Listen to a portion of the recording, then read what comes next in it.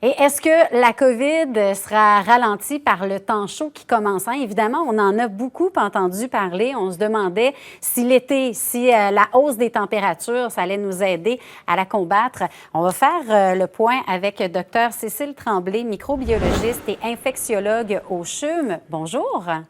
Bonjour. Donc, je pense qu'on l'espérait que l'été allait nous aider dans notre bataille. Ce sera probablement pas véritablement le cas, là. Non, en fait, il n'y a pas beaucoup d'indications que la température a un effet majeur là, sur l'épidémie. Il y a eu 2 études qui ont regardé ça de près.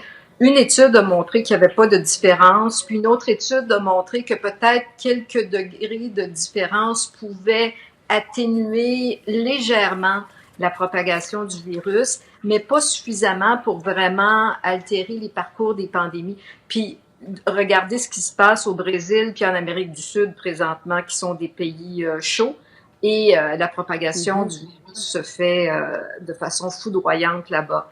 Alors, non, je pense pas que c'est la chaleur sur laquelle il faut compter pour se débarrasser du virus. Donc, si on compte pas là-dessus, j'imagine qu'on doit vraiment compter sur toutes les mesures, les règles, notamment, je pense, à la distanciation, au port du masque, qui de plus en plus là, est encouragé chez nous au Québec, parce que je ne sais pas votre position là-dessus avec les rassemblements de 10 personnes et moins à l'extérieur depuis hier. Est-ce que ça risque d'avoir des répercussions? Absolument. Si on ne respecte pas les conditions qui vont avec le déconfinement, moi je suis d'accord qu'on permette justement ces petits rassemblements-là parce qu'à un moment donné, il faut souffler, mais il faut le faire en l'accompagnant de mesures de sécurité. Sinon, ça va être une source de problèmes et on va se retrouver dans la même situation qu'avant. Alors, le 2 mètres, le masque, c'est très important quand on est en public, tout petit rassemblement dans la cour à l'extérieur, parce qu'à l'extérieur, au moins, il y a une dilution du virus dans l'air et puis donc il y a moins de risques de propagation. Donc, il faut garder, se laver les mains, avoir beaucoup de purée à la portée de la main si on fait une petite réception dans notre cour arrière pour encourager les gens à se laver les mains régulièrement. Alors, donc, faut suivre les directives, sinon, ça va être partie remise, hein. On va recommencer de plus belle. Et là, docteur Tremblay, quand vous regardez la disparité entre parfois certaines régions ou certaines provinces, je pense au Nouveau-Brunswick, là, 120 cas de la maladie, aucun décès, comment on explique qu'il y a une si grande différence? Il y a beaucoup de facteurs qui peuvent être en jeu. La façon dont la maladie a pénétré dans une province ou une région, s'il n'y avait pas eu beaucoup de voyages dans la période critique, donc il y a eu très peu de personnes pour partir l'épidémie. Donc, quand il y a très peu de personnes, c'est beaucoup plus facile de les isoler et de tuer dans l'œuf l'épidémie. Alors que si on est dans une région qui voyage beaucoup, comme le Québec, par exemple, où il y a eu beaucoup de retours de voyages et parmi ça, des gens qui étaient asymptomatiques, ce qu'on ne savait pas à l'époque.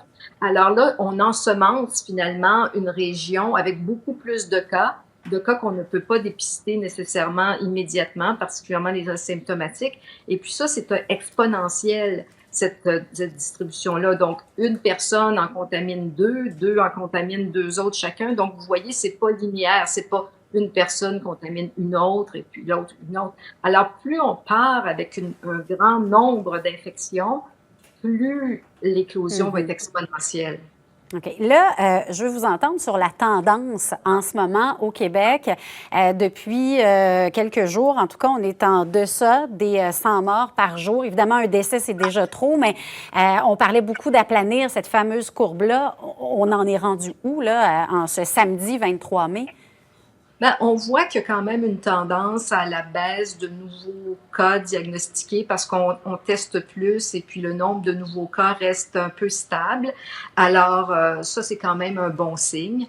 On voit une tendance à la baisse des décès. Sur les hospitalisations, il faut faire attention parce que, oui, il y a probablement une baisse de nouvelles hospitalisations, mais faut pas sous-estimer l'encombrement du système de santé qui est encore très présent. Parce que les cas qui sont dans les hôpitaux sont pas encore sortis, donc les lits sont encore occupés, et donc la capacité du système à absorber beaucoup de nouveaux cas s'il y en aurait, par exemple si on ne respectait pas les consignes et qu'il y avait des petits feux qui repartiraient un peu partout, on sera encore dans une situation difficile, particulièrement à Montréal. Alors, donc, on voit qu'il y a quand même une tendance encourageante, mais on n'est pas sorti du bois, là.